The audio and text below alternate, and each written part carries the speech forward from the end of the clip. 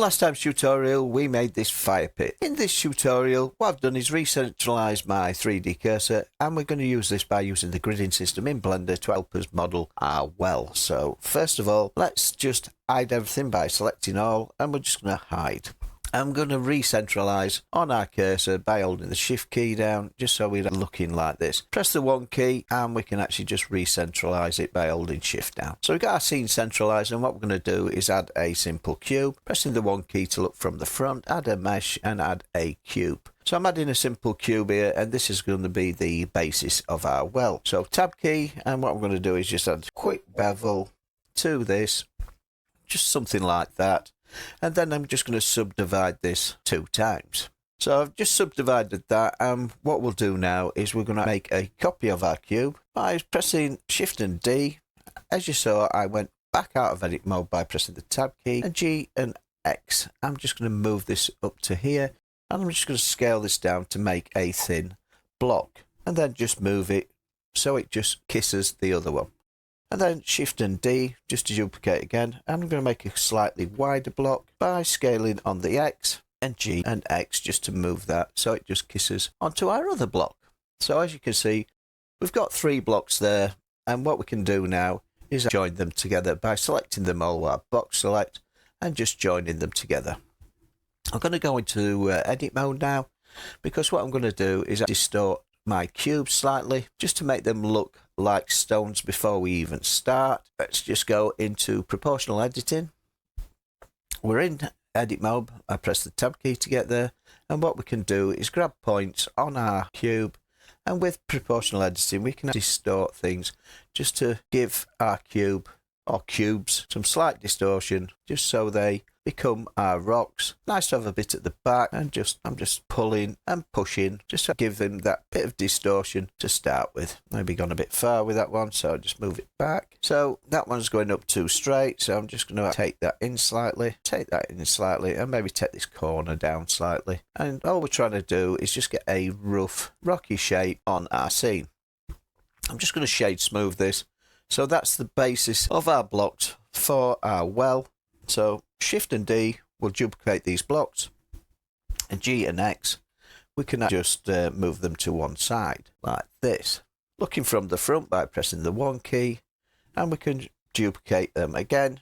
Shift and D, G and X. Don't worry about the man and the scale. As always, the man's just there to make scale. And Shift and D, I'm just going to select all, and G and X, then move them to there. Now our blocks are a bit square-like, so I'm just going to join these all together again.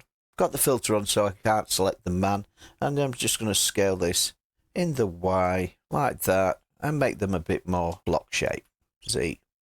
And I'm scaling in the Z. So we've got our wall there, and this is where the gridding comes in. With all our blocks selected there, select all them blocks, Shift and D, and just move them up like this, just to make that kind of shape, just like that. And we've made our simple blocks, and of course join them together again. Now if you haven't already done it, because we've done some scaling on our wall, what we can do now is press Ctrl and A and fix rotation and scale. I'm now going to add in a modifier. In fact, we don't want this, so I'm just going to apply that. Add a modifier by hitting the wrench and add a array modifier, and we're going to do it in the Z by pressing the 1 in the Z and 0 in the X. So we've made our wall up there, and it's up to you how tall you want your wall to be, but imagine that you're in a well, so somebody has got to actually reach into here to put water in their bucket or barrel. As you can see, we've done that, so we'll apply this modifier. So we've applied our modifier, and we've got our wall there. So now what I'm going to do, go into X-ray mode, because I want to make this a bit of a stylized wall. So I'm just going to go into X-ray by pressing the X-ray key, just like that, up here. Right, so the bottom blocks, I'd like it to be stuck out slightly on our wall. So what I'm going to do is go on to box select up here. You do that by holding this down. If it's not selected, you can select box select. Look from the front by pressing the 1 key on your 9-figure pad, and then press the tab key and go into edit mode.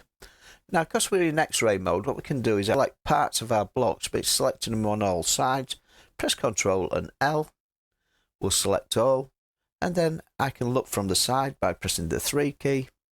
If it's hard to see it in this mode, what you can do is come back out of X-ray mode at this point, and we're going to scale this on the Y, like that.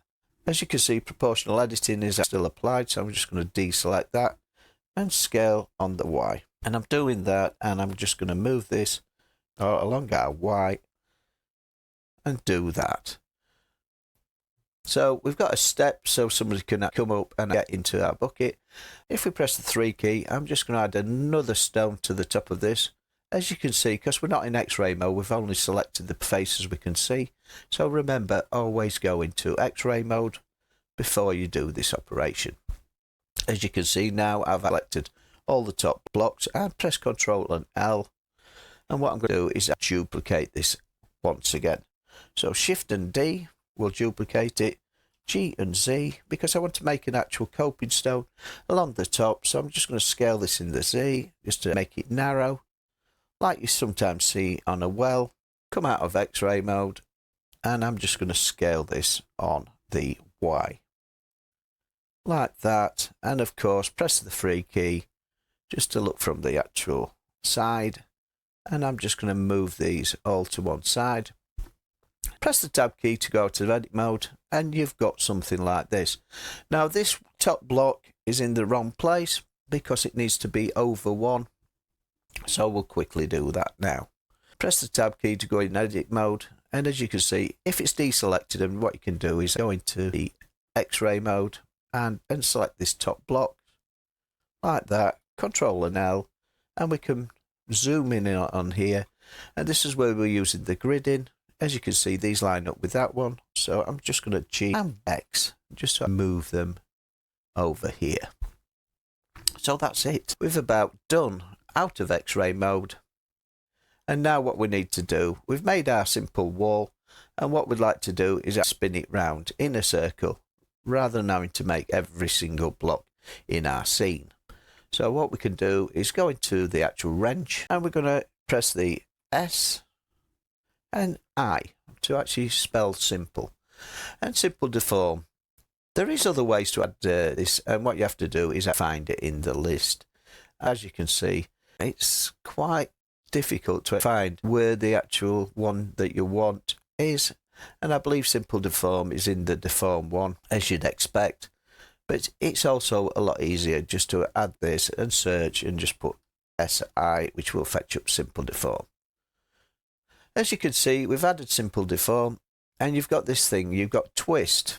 So if it's 372, I'm going to do that at 372. As you can see, it's spun our wall on its edge, which might be what you want. A taper actually tapers it out. A stretch stretches it, but the bend is the one that we need. As you can see, it's bent the actual wall around the X, which we don't want. We want to bend it around the Z, like so.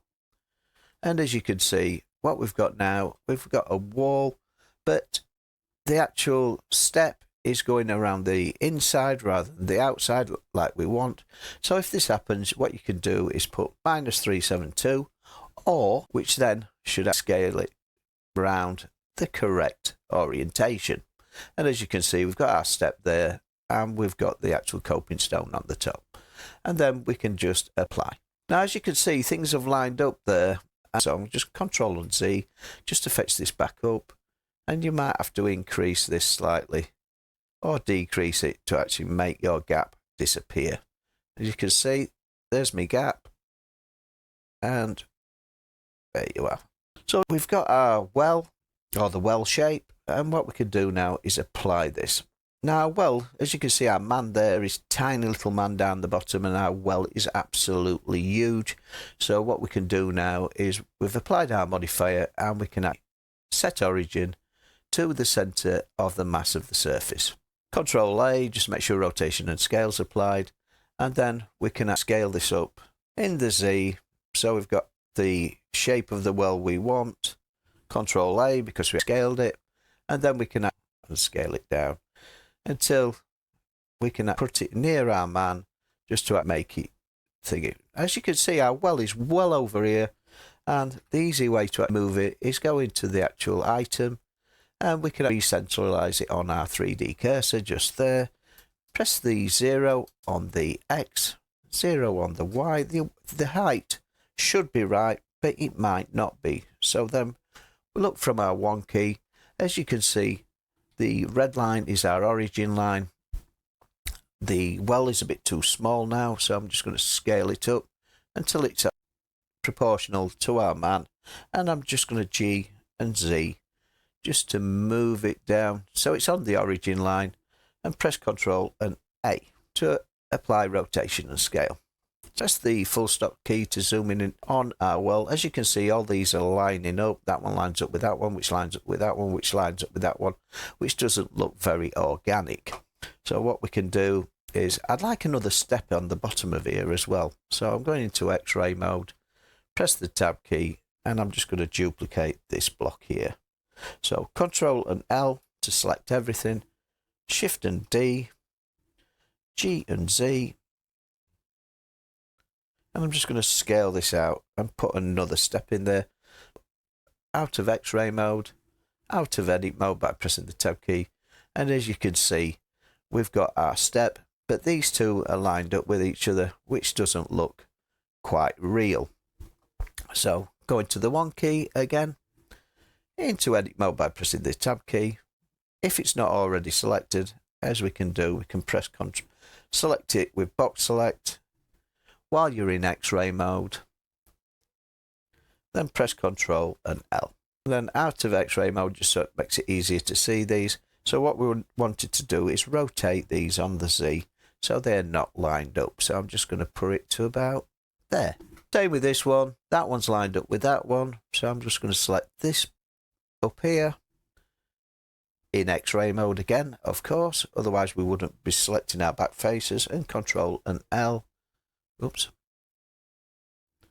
Ctrl and L to select all. Out of X-ray mode just to make it easier to see. And I'm just going to rotate this on the Z just to take it to a different point. And the top one matches up with this one, so same with that one. Into X-ray mode, Ctrl and L. Out of X-ray mode. I just think it's easier to see it when you do it that way. But if you can get away with it, then you wouldn't have to keep popping in and out of X-ray mode like I've been doing. So that's it. We've made our simple well, and in the next part of this tutorial, which we'll be following, what we'll do is we will add in the wooden part of our well. Alright, so I'm just going to move this up again, G and Z, Ctrl and A to do rotation and scale. I'm just going to move my man into place, G and X, just to actually give it my scale, and then deselect him on the filters. Our man there can now climb up the steps and fill the bucket of our well. Hope you enjoyed this tutorial. This is the first part of the well tutorial, and there will be other tutorials to follow. What we'll do is make the framework on our next tutorial, maybe the bucket and other things. So join me next time and we will make the actual framework. Just one other thing, I never showed you this. If you go into Madcap, we can just see what this would look like with a texture on. And let's have a look into Madcap. Let's just give it a bricky type texture just to see what it'd look like in our scene. Thank you for joining me on this tutorial. Subscribe to my channel and please leave a comment.